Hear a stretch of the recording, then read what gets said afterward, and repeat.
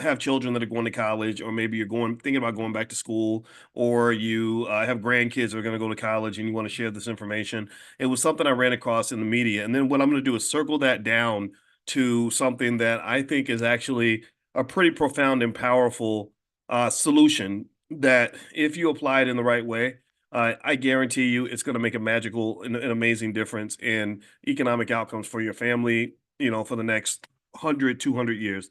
And actually it's really me sort of after sitting there, my wife and I went out of town, and I was sitting there with her at breakfast, and I drank my coffee, and we were just thinking about stuff and talking about stuff. And with her being a therapist, every conversation, imagine just two professors just going back and forth about stuff. We're always sort of exploring ideas and thinking about things, right? Because as a therapist, she's able to go deep into the psychology of why we do what we do. Why does a man beat up his wife? Why does a woman divorce her husband? Why does a kid get depressed? Why does a person make bad choices? And or how does a person end up homeless and on drugs and whatever? So some of this came to me after that conversation. So anyway, I'm going to first off, let me know. Can you guys hear me? Give me a yes in the chat if you can hear me. Okay, give me a quick yes if you can hear me. I want to make sure everybody can hear all right. And okay, I see Agnes and Gwen, Dorothea, Kevin Nibbs. I see you in here. Who else? Let's see, Dorothy Van Buren and Gina Mills, Ali Ochia, Carolyn Thomas. Good morning, Carolyn. Good morning to Tony Scott and Josephine Rainwater. Good morning to everybody. All right, and so anyway, let's jump in. And by the way, don't forget that we do financial consciousness training every single day, 7 days a week. 10 a.m. Eastern. The live sessions are free. The live sessions are free. If you want to get all the recordings, I think we've done about 100 of these lectures now.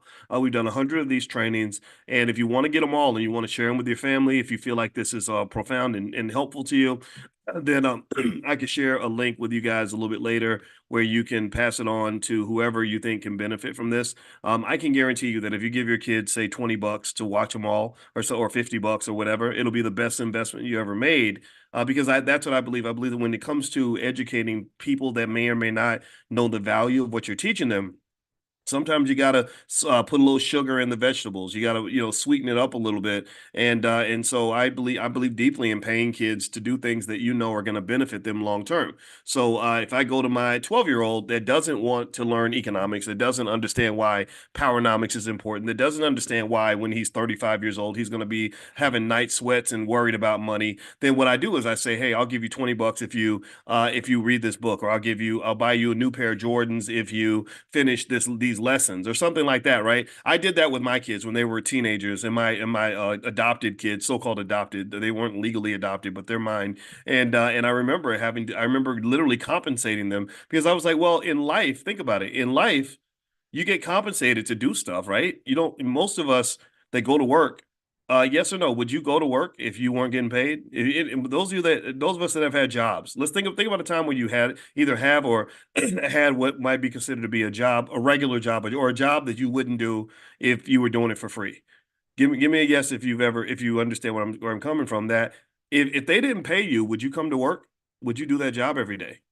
No, most people would not be at work if they weren't being paid, right? So for kids, I believe that learning about this stuff, learning about the stuff that you and I didn't understand was important until we were like 40 years old, learning this stuff is like a job. It's like, why would I want to learn this when I can go eat candy and play basketball? I know I wouldn't. I wouldn't if I got a choice between going to football practice and having fun playing football, or sitting down and reading Powernomics when I'm 12. Hell no, I'm not doing that. But you give me a little reward. Now we talking, right? You give me $20. I'm broke. I'm a broke 12-year-old. $20 is like $1 billion to me. So you give me $20 and I'll read the whole book back and forth. And then on top of that, check this out. What you're doing is you're developing a psychological connection where the reward center of their brain is attached to, say, Powernomics. Let's say you said, every time you you read a chapter in a Dr. Claude Anderson book, I'll give you $20. Well, they're going to attach the reward. Let me know if you get this. They're going to attach the reward of getting the money to reading the book. So that's going to make them want to do it more. Do you understand? Things that have a reward or a pleasure reward attached to them tend to be things that we want to do more. You know what I'm talking about. If you think about when maybe the first time you went into the bedroom and, had a special experience, if you know what I mean, right? We attach those reward centers. There's something, it relates to research. Anybody remember Pavlov's dog? Give me a yes if you've heard of Pavlov's dog. Pavlov's dog, I'll tell you about it for those that don't know. Pavlov's dog was this dog that they trained to salivate whenever they rang a bell. Because what they would do is they would ring the bell and give him food. And every time the bell rang, he knew the food was coming, like any dog, right? So he'd hear the bell and he starts salivating, like, I'm about to get some now, and so the food would come, and then what they did was they stopped giving him the food, and then but they would ring the bell without the food, and what they noticed was that he would salivate when he heard the bell, even if there was no food attached. He formed a connection between the sound of the bell and the anticipation of the reward. That's which to me is very powerful in the sense that, so if you can attach positive rewards to doing things that might not otherwise be enjoyable for the child, like again, like reading Dr. Claude Anderson books when you're 12, or learning about budgeting and finance and stock market investing, things that they have yet to understand the value of, that might hold them over until they get to the point where they understand the value directly, because they will eventually know the value. See, they will eventually understand why economics is important. They're gonna know this, right? They're gonna know it because one day they're gonna be 35, 40 years old, and they're gonna have kids, and they're gonna be trying to pay bills, and then they're gonna know how important money is. Well, what other connection will they have? Well, if they're in a bad position, they're gonna say, gosh, if I don't go to work, I won't eat today. If I don't go to work, I won't get money that I need to do what I need to do. If I don't go to work, I'm going to experience extreme pain, the extreme pain of financial insecurity, homelessness, broke acidness, if you want to call it that. I'm going to experience these things. So to avoid these things, they're going to go to work every day. And I think that there is a big difference between doing something because you desire a better experience or a better life or a better feeling, versus doing something because you're trying to avoid the pain of the bad feeling. And that's what I think a lot of us do. I think that what drives a lot of us, especially when you don't prepare, especially when you don't think ahead, is when you don't have investor vision. Um, what drives a lot of people is pain avoidance. Like, think about it. Do you know that some of the most disciplined guys I know are guys who spent a long time in prison?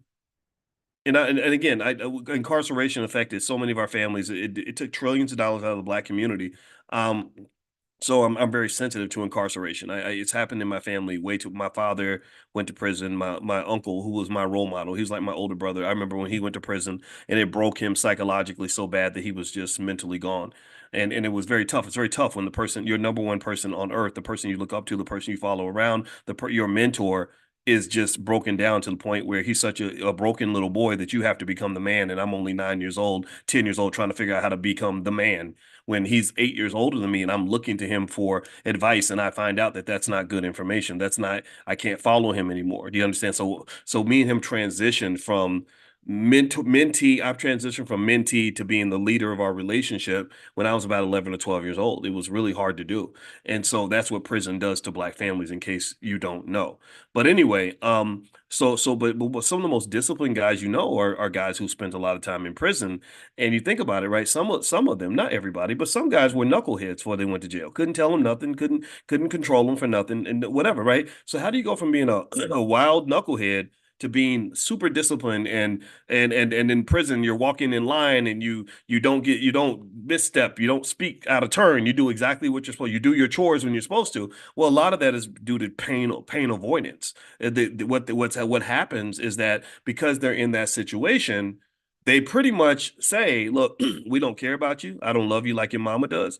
If you get out of line, I'm going to put this bat upside your head, or I'm going to electrocute you, or you might get shot, or whatever. So if you don't follow instructions, there's going to be lots of pain, right? And so when that happens, a lot of people, that's when they become disciplined. They become disciplined when it gets to the point where they're avoiding pain, they're being disciplined to avoid pain, as opposed to being disciplined to experience something that they desire, to get something good. And so what I really want for your kids, and I'm going to get to a little bit more to the topic in a second, but what I really want for your kids is I want them to be able to not have to simply wait until it's too late, to the point where they're getting up and going to work every day and working hard just to avoid the pain of not having enough money.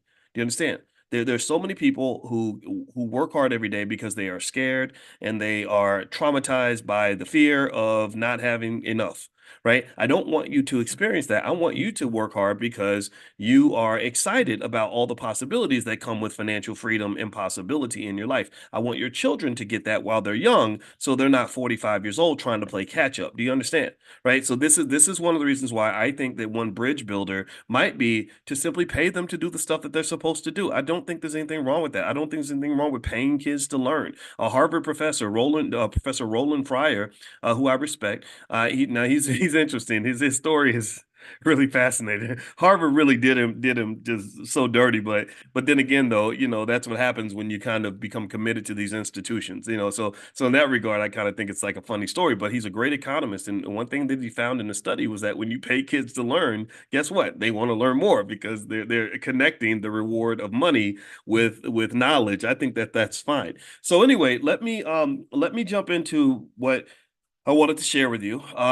So what I did was I saw this list of colleges that have the graduates with the highest pay, and I'm gonna read that list to you, and then I'm going to also tell you which majors pay the most money in case this is of interest to you. And then I'm going to give you a little secret. I'm going to tell you about a major that pays 10 times more than all these majors in here. And I think that, and this is what's going to really be the kicker for our conversation. So let me mention to you, this is the list of the schools that pay the most money. You ready? All right. So MIT pay the average make a graduate makes 91,000. Stanford $90,900. Harvey Mudd College, who knew? $85,600.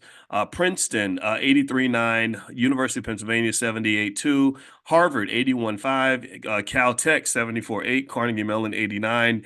The Naval Academy 82.9. Santa Clara University 76.9. Okay. Now, now, here are the majors that pay the most money, in case you want to know, in case you want to tell your kids. A lot of you have kids and grandkids going to college. Okay.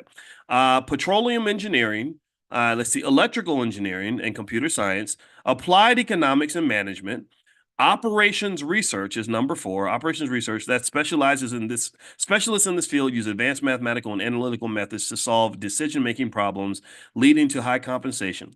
Next, number 5 is public accounting. Number 6 is chemical engineering. Number 7 is quantitative business analysis. Number 8 is pharmacy. Number 9 is aeronautics and astronautics. Wow, focusing on the design and development of aircraft and spacecraft. This major appeals to those interested in aviation and space exploration. Okay, all right. So, and this came from College Mind, Degree Choices, and Kiplinger.com. Okay, so there we go. So we have the top colleges that pay the most money and the top majors to pick if you want to make money. And this really is the nuance of my position on college. You guys have heard me talk about college before, and if you've listened to that conversation, you'll know that I'm not anti-college at all. I think college is a great experience, but I am concerned about the number of people that go to college and don't pick a major that is going to give them an adequate livelihood. A lot of people go to college and it's a 4-year party with step shows and everything else, and next thing you know, they have a big pile of debt and nothing in their resume that makes an employer want to even consider hiring them. There's nothing about going to college for 4 years that will make an employer, and I am an employer, I employ lots of people, that will make an employer want to hire you. You have to have skill. You have to have some sort of ability that helps to solve an important problem that will help the employer to achieve their goal, right? And so that piece of paper only means as much as it actually means. And so for some people, they don't know because they're first generation. That piece of paper means absolutely nothing if I know that all you did was go to college and major in something worthless and spend 4 years going to step shows, which is why college attendance has been one of the great wealth drainers of the Black community because college is very expensive. Half of all Black college graduates default on their student loans. When they default on their student loans, that means they have bad credit. If you have bad credit, that means it's much harder for you to do the things that actually build wealth, like buy real estate, start businesses, invest in stocks, things like that. And so On top of that, their incomes and salaries are much lower than what they anticipated them to be. And because the economy is to some extent somewhat rigged if you don't understand how it works. Okay. But because, again, as an economic scientist, I hope to share some things with you that will help you to deal with this. Now, here's what I'm going to say to you. I read that list to you. And there's a part of me that if you had talked to me at the age of 30, I would have read this list very enthusiastically. At the age of 30, I was working on a book called Everything You Ever Wanted to Know About College. The book is out there. I wanted to take everything I'd learned from teaching college students for all those years and just blast it onto a bunch of pages and say, hey, look, here's the secrets. Here's what you need to know. I sat there with one of my daughter's friends and talked to her about college. And I said, look, here's how you make straight A's. It's not hard. All you got to do is make sure you study 4 hours a day. If you go to work, you're going to work 8 or 9 hours a day. So go to a quiet, well-lit location, sit there for 4 or 5 hours a day, just like it's a job, and you're going to blow away all your classmates. I said, number two, don't procrastinate. Most college students will make it easy for you to destroy them grade-wise because a big chunk of them are going to wait until the last minute. They're going to try to learn a month's worth of stuff in 3 days, which never works. They're going to be drinking all this all the caffeine and taking the no dose and the Ritalin and all this stuff, and then they're going to come in stressed out, eyes big, scared to death, sweating and everything else because they've been sleep deprived, and then they're still going to get a C on the test. So I was like, why work that hard to get a C when you can get an A by simply starting a little bit sooner than everybody else? I said preparation is the key to success. You can't learn a month's worth of stuff in 3 days. That's silly. I said number three, go see your professors once a week. If you go talk to the professor and they get to know you as a human being instead of a number on a page, then they're going to have a bias toward you. Bias is very real. Bias just exists, right? So if they know you as a human being and not just a number on a sheet, then they're more likely to say they'll look at their grades, and when they're given the final grade, they'll say, "Oh, I know this person. This person shows up, and comes to see me once a week." So if your grade is teetering between an A and a B, they're gonna give you an A a lot of times because they know you. And then also when you need a letter of recommendation, they're gonna write it from a personal perspective as opposed to just somebody who made a good grade in my class. And that's relationship building, which is really a great lesson for life because anybody who knows anything about business, tell me if you know this, tell me if you agree. People that know business, that really know business at a high level, will tell you everything's about relationships. If people know you and like you and trust you and they're friends with you, they'll do stuff for you that they would never do for a stranger that's 20 times more qualified, because people that deal with big money and stuff like that, trust is huge. They have so many people that they can't trust strangers, but if they know you, they start to trust you. And next thing you know, you got the business deal, and people are like, he only got it because he's friends with some. Yeah, that's because people, they can't trust new people. They don't know you. You're just on a piece of paper. But if I know you as a human being, that's a different kind of relationship. So relationships are everything. What else did I tell her? I said, oh, and when you come to class, sit in the front row, and then because you read all the chapters in advance, you can answer all the questions, and then the teacher will think you're smart. You could be dumb as a brick, but they're going to think you smart. You're smart. Why? Well, because nobody else did the reading. The teacher will say, everybody read chapter 5 by tomorrow. Nobody read chapter 5 by tomorrow. 80%, 80% of the students are not going to read chapter 5 by tomorrow because college students, unfortunately, can be very lazy. This is the first experience they've ever had where they had to discipline themselves. Some of them have zero self-discipline. So the kids who did read the chapter in advance and can answer the questions, which literally I'm going to explain this to everyone. Everyone in the room is going to know this concept in 5 minutes. But because you learned it 5 minutes earlier, or you knew it 5 minutes earlier, and you answered the question when I asked it, that's going to make me say, oh, you must be the smart one. So when I identify you as a smart one, then I'm going to start treating you like the smart one, which means I'm going to give you the benefit of the doubt. So just little things like that go a long way. And so once I figured out the formula, I think the best thing that happened to me in college was that I never made good grades before. I didn't know how to be a student. I didn't know how to study. The best thing that helped me in college was that I knew how to work hard. I knew how to prepare. I knew what hard work looked like. I knew what preparation looked like. I knew what consistency looked like. So I took hard work, preparation, and consistency and just said, okay, let me try it on this college thing and see if it works. Because I really learned it from sports, and I learned it from working at Taco Bell, and I learned it from my father. And that allowed me. And so what happened was the other black students were like, here, I was here. I had the highest grade point average of all the black students on the entire campus for the entire 4 years I was there. There was nobody who was ever even close to me. I was clearly the number. I was the Shaquille O'Neal, the Michael Jordan of all the students on the campus. And it wasn't because I was smarter than everyone. It was just because I prepared and I just did things that seemed to me to be common sense. But I'd also actually, in hindsight, I'd just grown up a little faster because I'd had some tougher experiences that let me know that life ain't playing with you, that you can't go out here acting a damn fool, throwing away your opportunities, being lazy, being ignorant, and being a day late and a dollar short, and expect that the world is not going to kick you in your whole entire ass. Excuse my French. Seriously, that's how I saw life. Was like, if I'm not ready as a black man, I'm gonna get destroyed. Nobody's gonna feel sorry for me. Nobody's gonna come save me. The white man don't care nothing about me. So I had no illusions about any of this. So so having that mindset really gave me a lot of strength, right? And which is very much in contrast to the fact that I believe that they treat black people almost like we're disabled children, and you're waiting. It's like you're sitting on the sideline waiting for the bus to arrive, and the bus don't come. So you sitting out there hot, sweating, tired, waiting with your little bus ticket and all this hope in the world. You got all the hope in the world, and then the bus never arrives. Well, I'm not waiting for the damn bus. I'm gonna start walking. That's the kind of kid I was, right? So long story short, this was my college experience. And so I think anything like that can be conquered if you go back to the basics, if you go back to common sense.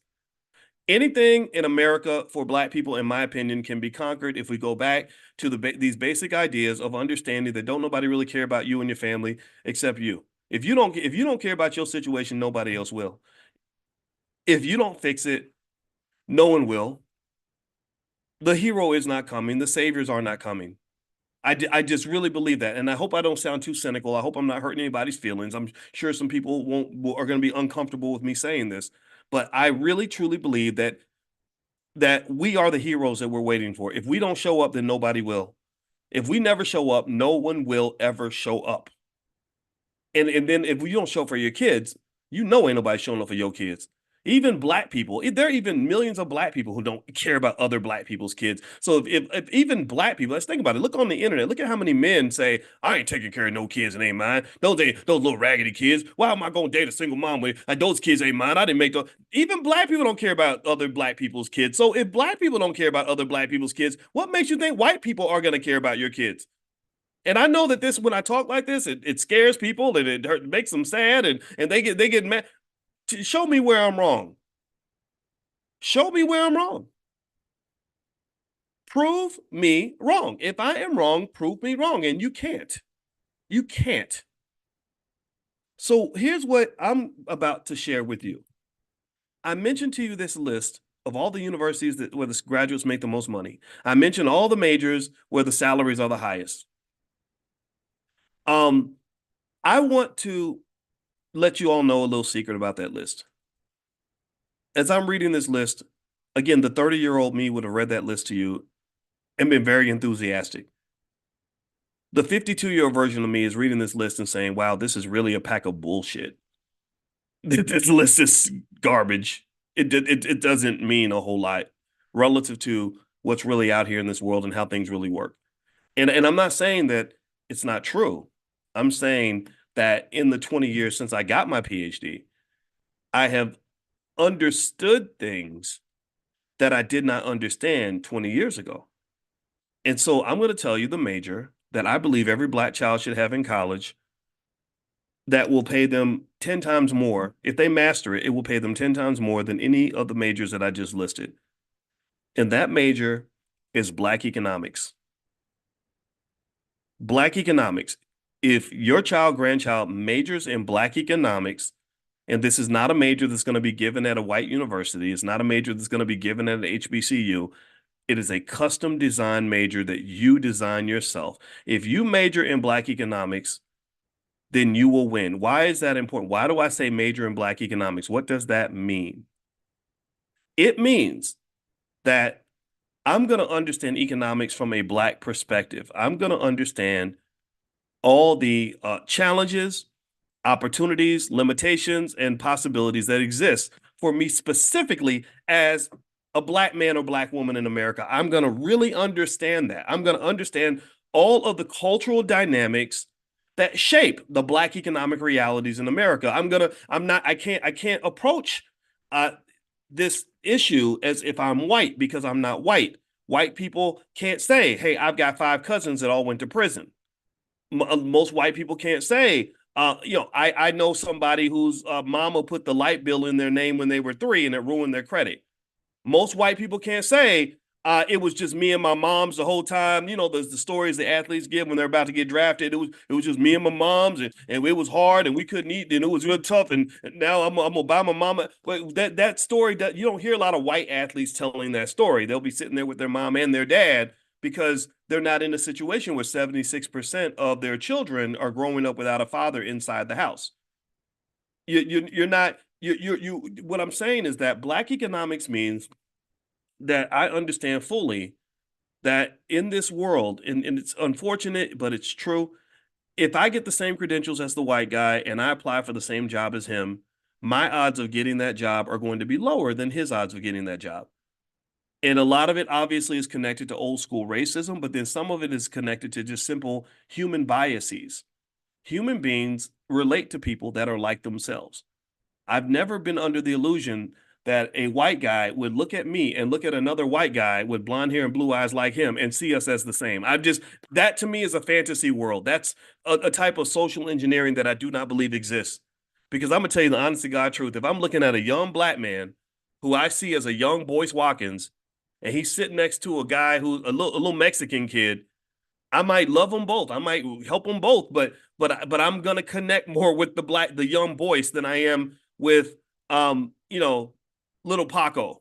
No disrespect. I know I just made that name up. I hope that didn't sound ignorant when I said that. But seriously, I'm not gonna, and really, truth be told, most people believe that kids should have a place, a community, some space that it belongs to them. Like every time, when you have, think about it. Imagine if your child kept bringing their friend over for dinner every day, and their friend was eating up all the food and then sleeping on the couch and then constantly at your house. At some point, you would say, "Well, where's your family? Like, where do you live? Where's your mama at? You stink today. Like, do you have does he have a mama at home? Like, what's going on here?" Right? And maybe you can take them in if you can, but you can only take in so many kids. You can't let them all come live with you. So you assume that they have some place to go. Who are your people? Where's your family at? And to some extent, economically speaking, that's kind of, I think, what people look at when they see Black people. Is they say, "Well, who are your people? Where's your community? Where are the people that have your back? Where are the people? We got people that have our back, and we're going to fight on our. I'm Jewish, and I know that other Jewish people are going to have my back, and I've got Israel and all this other stuff. What do you have? Where's your who backs you up?" And you say, "Well, nobody. I'm hoping that the Israelis will back me up just like they would Jewish kids, and they're going to look at you like you crazy, like something's wrong with you." So here's what I think. So let's circle back. I believe that majoring in Black economics is not just the best way for a young Black person to protect themselves by understanding all the subtleties that come with being Black, all the ways that you have to look at economics differently if you're Black. Because remember, if you're Black and you start a business, you may not have the same support that you would have if you were white or if you were Asian. If you're Black and you start a family, it's going to be different from being white or Asian or Jewish and starting a family. They have thousands of years of traditions and culture to lean on. We don't have all that. That's one of the reasons that our families just crumble and fall apart. So ultimately, Black economics to me is understanding the integration between Black culture and what we're trying to achieve economically and making sure you master that. It's almost like medication. They talk about AI. I saw something the other day where they were saying that AI is having a lot of breakthroughs in the bending of proteins and molecules or something, and looking at all the different structures to develop all these new drugs. And they're saying in the next few years, AI is going to be able to develop some really amazing drugs. They say, right, that will heal lots of stuff that was previously uncurable, which is also scary because there's gonna be a lot of illegal drugs created that will create, the worst kinds of zombies we can ever imagine, right? So just say no to that. But at the same time, though, when I thought about that, it makes me think about the fact that typically in medicine, when you're curing something or solving that health problem, the custom solutions are the best solutions. You can't solve everything with an aspirin. You can't you can't go in and treat every patient the same, right? You have to have something that's custom made. So I see Black economics as being a custom approach to solving your economic challenges as a Black person. But then on the flip side of that, once you get past the struggle, once you get past strugglenomics and survivornomics, then you start playing powernomics. Then you start to conquer. You start to realize, hey, being Black isn't so bad, because when I master that, when I really accept who I am and accept where I'm from and understand that, I realize after a while, wait, there are some unique advantages that we have that come from being Black that other people don't have. And that's important to understand too. There's always a flip side of that. It's just like with all investing, there's every situation, every yin has a yang. When the market goes down, it's scary, but it's also an opportunity. When the market goes up, it's exciting, but it's also scary. Everything has an opposite side to it. Every moon has a dark side, right? So effectively, this allows us to really understand who we are, where we're at, and what we're trying to do. So here's what I'm going to give you today, and I hope you will meditate on this, because if I'm going to say this, I believe this is probably one of the most important things I've ever said in my life. And I believe, I don't believe, I know for a fact, as an economic scientist, that if you internalize this, your economic problems will not just go away within less than a generation, but they will also lead to prosperity that can last for hundreds of years. So this is something you guys know. We have the $5 a day plan at blackwealthmasterplan.com. I've mentioned that several times. Let me know if you've seen that. If you haven't seen it, just go to blackwealthmasterplan.com. That's there. But what I did was I challenged myself to refine the master plan just a little bit, to make the instructions a little bit more specific, so that you can specifically know exactly what Black economic training looks like for Black children, so that our children are prepared to be adequate, successful adults. So here are the 3 rules I hope you'll consider. Okay. Number 1, every Black child should learn how to start a business by the age of 12. That's just in case they can't get a job. The ability to start your own business as a Black person is incredibly important, because one of the leading causes for Black economic pain is the Black unemployment rate. Historically, in this country, Black people have not been able to get jobs at the same rate as white people. Give me a guess if you've ever seen this. They always, so you've heard these sayings. Have you ever heard this one? Whenever white folks catch a cold, Black people catch what? You don't have to spell it. It starts with a P. It's pneumonia. I know it's hard to spell pneumonia early in the morning. I get it. So why is that? Why is it that whenever white folks catch a cold, we catch pneumonia? Well, that's because we're on the same systematic boat as white people. We walk into the same system that they're in and expect to get the same treatment, when the reality is that you're all riding on the Titanic.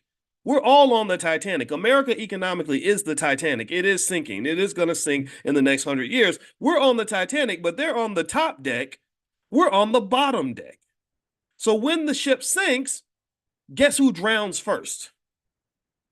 So what I'm saying to you is, I believe that you should have a lifeboat. I'm saying that you should not go down with the damn Titanic and assume that that's all that there is. You don't have to be on the damn ship. You don't have to be on the Titanic with everybody else. So get a lifeboat. Being an entrepreneur is a lifeboat.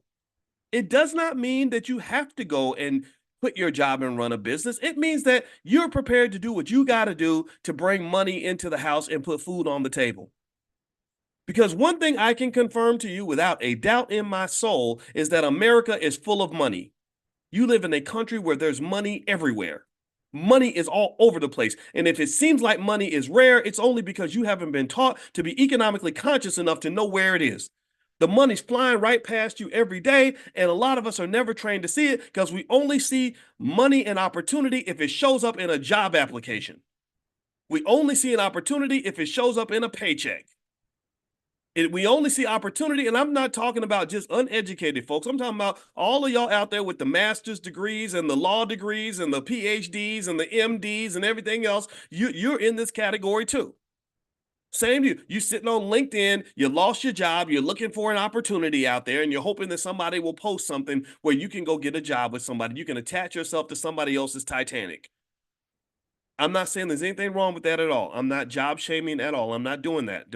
Let's be clear on that. Give me a yes if we can be clear and understand that this is a nuanced argument where I'm not telling you that there's anything wrong with your kid growing up and getting a job or having a career.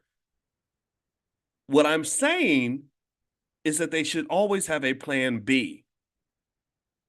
I'm not saying I'm not saying stay off the Titanic. The music is good. The food is delicious. The ship may not be sinking for a while. What I'm saying is just have your little lifeboat so that when these folks start acting crazy, you can get up out of here. You've got somewhere to go. So that's the first thing. This is what I would call the Black Wealth Master Plan. I'm going to repeat this 10 million times. You all are just hearing it for the first time. Okay, you're the first ones to ever hear this. Number one, every Black child should know how to start a business by the age of 12. They should spend at least a couple hundred hours being trained on entrepreneurship, what that looks like, how to start a business, all the basics, so that when they get older, they will always have an option. They can turn back to those basics when they need them. Think about it. Your kid's going to spend 5,000 hours at football practice, 5,000 hours at cheerleading camp, 5,000 hours at basketball camp. They will never be a professional basketball player. They will never be a professional football player. They will not be a professional cheerleader, but they are going to be a professional Black person who has to feed their kids, which means that I believe they should spend as much time learning Black economics as they spend learning how to dribble basketballs and throw footballs and do all these other things that we learn how to do. Number two, here's the second rule of the Black Wealth Master Plan. Write this down. Every Black child should own shares of stock by the age of 5. By the age of 5, every Black child should own shares of stock and someone should be investing for them consistently. This is linked to the original Black Wealth Master Plan, the $5 a day plan. If you go to blackwealthmasterplan.com, I explain that. It's very easy to do. It only requires discipline and it requires consistency. If there's discipline, consistency, what you're doing is you're giving your child something more important than a college degree. You're giving them a capital base. If you give them a capital base, then they don't need a job. A person with a capital base does not need to go to work if they don't want to. A person with a capital base does not need to go sell booty in order to pay the rent that month. A person with a capital base doesn't have to go get on his knees and beg for an opportunity. A person with a capital base has freedom. They have that freedom, all that Martin Luther King civil rights stuff that we talked about. That's where the freedom is in America. The freedom in America belongs first and foremost to people who have enough money to pay their own bills. It goes back to when you were a little kid. When I was a kid, I used to try to do what I wanted, and my mother would say, "You don't pay no bills in this house. You can't pay your own bills. You do what I say." So as soon as I turned 18, I learned how to pay my own bills. Once I learned how to pay my own bills, they didn't mess with me no more. I did whatever I wanted. I did whatever I wanted. Well, the same thing is true with life. The same thing is true with life. I really honestly, I'm gonna just sound cynical when I say this, to be honest with you. I've always kind of felt like we're trained to believe that white people are our parents. I really do. I kind of almost feel like the way I feel with the way we're supposed to view other cultures to take care of us. I really feel the same way I felt when I was 16 and I needed my mother and father to pay my bills for me. And I couldn't do anything without their permission or their approval. Their disapproval came with significant consequences. I could not move or wiggle without getting clearance from them. And I feel in society in general, that's kind of where we live. And I don't want to live like that no more. I don't like that. So if you want your child to be free, make sure they're owning stock by the age of 5. Now, here's a little thing I'm gonna have to tell you. This is another piece of truth. But again, I set high standards. Um, 5 years old is really too late too. 5 years old is late. It's like, you know how people are late for retirement planning, they got to double down on their investment. Really, the $5 a day plan works best when you start at birth. It works best when you start before birth. I believe that the more extreme you feel about the pressures that come with economic stress, the more extreme you should also be when it comes to preparing to deal with those pressures. The more painful economic struggle is, the more energy must be put into preparation. So to me, an extreme situation, the racial wealth gap is very extreme. White folks have 10 times more wealth than Black people. That's very extreme. Racism on the job that we experience and the trauma of that, the pain of that, that's very extreme. So in my view, given that the racial wealth gap is extreme, racism on the job is extreme, and all this is very, very painful, then I believe that you have to be equally extreme when it comes to preparing for what's ahead. I don't think that there should be a limitation in how extreme you are to prepare to protect your children and grandchildren from the extreme pain, indignity, suffering, and stress they're going to feel by entering into a competitive economy where they're not prepared. Think about how horrible that feels, how terrible it feels to not have enough for you to feed your children, how terrible it feels to know that if that man pulls the plug on my job, I don't know what the hell I'm going to do. Think about how painful that is to just know that you could be homeless in 3 or 4 weeks if you lost that job that you have. That's scary. So why am I considered the extremist when I say we should be investing stock and buying stock for our kids before they're born? Because if you invest consistently for those children, even at small amounts of money, just the amount of money you waste on fast food, if you put that same amount in the stock market for your kids will be financially secure. They'll be ready to do whatever they need to do. That's not crazy. That's not extreme. What's crazy to me is walking into the pits of hell and walking into the fire and thinking somehow that it's going to be okay for you. That doesn't make sense to me. So the second rule is every Black child that wants to be prepared should own stock by the age of 5. What's the third rule in the Black Wealth Master Plan? The third rule is that every Black child that wants to be prepared, every B1 child should be prepared to make a down payment on real estate by the time they are 21 years old. By the time they're 21, they should have enough money somewhere, which might come from, I don't know, the $100,000 in stock that their parents have built up because they've been investing for them. They should have enough money somewhere where they can make a down payment on some real estate so they can become a property owner if they choose to. Now, they don't have to buy property at 21. Maybe they'll wait till they're 25. That's okay. But they should be in a position to make that move if that's what they want to do. So those are the 3 rules. Really simple. And where did these 3 rules come from? It comes from the fact that the people that survive and thrive in this economy tend to be people who do 3 things: people who own businesses, people who own stock, and people who own real estate. The people who get killed in the economy are the people who work for the business owners, the employees, the consumers who buy products from the companies where the stockholders make money. When you go see Black Panther and you spend all your money going to see Black Panther, the Disney shareholders get richer. And then the third group is people who rent from the landlords. So instead of having a culture where we have nothing but employees, consumers, and renters, I prefer to see a culture where we also have just as many people who are employers, investors, and landlords. If you are the employer and the investor and the landlord more than 60, 70% of the time that you enter into the economic system, you're going to win. You're going to be wealthy. You're going to be ahead of everybody else. So ultimately, this is it. This is the master plan. It's very simple. Write down those 3 rules. Learn how to start a business by the age of 12. Own stock by the age of 5 with consistent investments in more stock. Don't just do it one time. You do it consistently every week. Just like when you buy fast food, just like going to the bathroom, just like eating lunch every day, consistently. Number 3, down payment money by the time they're 21 years old, with the understanding of how to go buy real estate, with the understanding of how to go and buy a piece of property, because that property will increase in value as inflation arrives, as the economy moves forward, as time moves forward. Real estate values tend to go up. You can rarely find any decent community anywhere in America where the cost of property now is cheaper than it was 20 years ago. Those communities rarely exist. So ultimately, this is the master plan. This to me is 100 times better than anything you'll ever get going to college. The flaw of traditional thinking when it comes to economics is that there are a lot of people who don't start doing anything economically to prepare their children. They don't start at all until the kid is 18 years old. So that means you've wasted 18 years doing nothing financially to put the child ahead. Do you understand how much you can do in 18 years?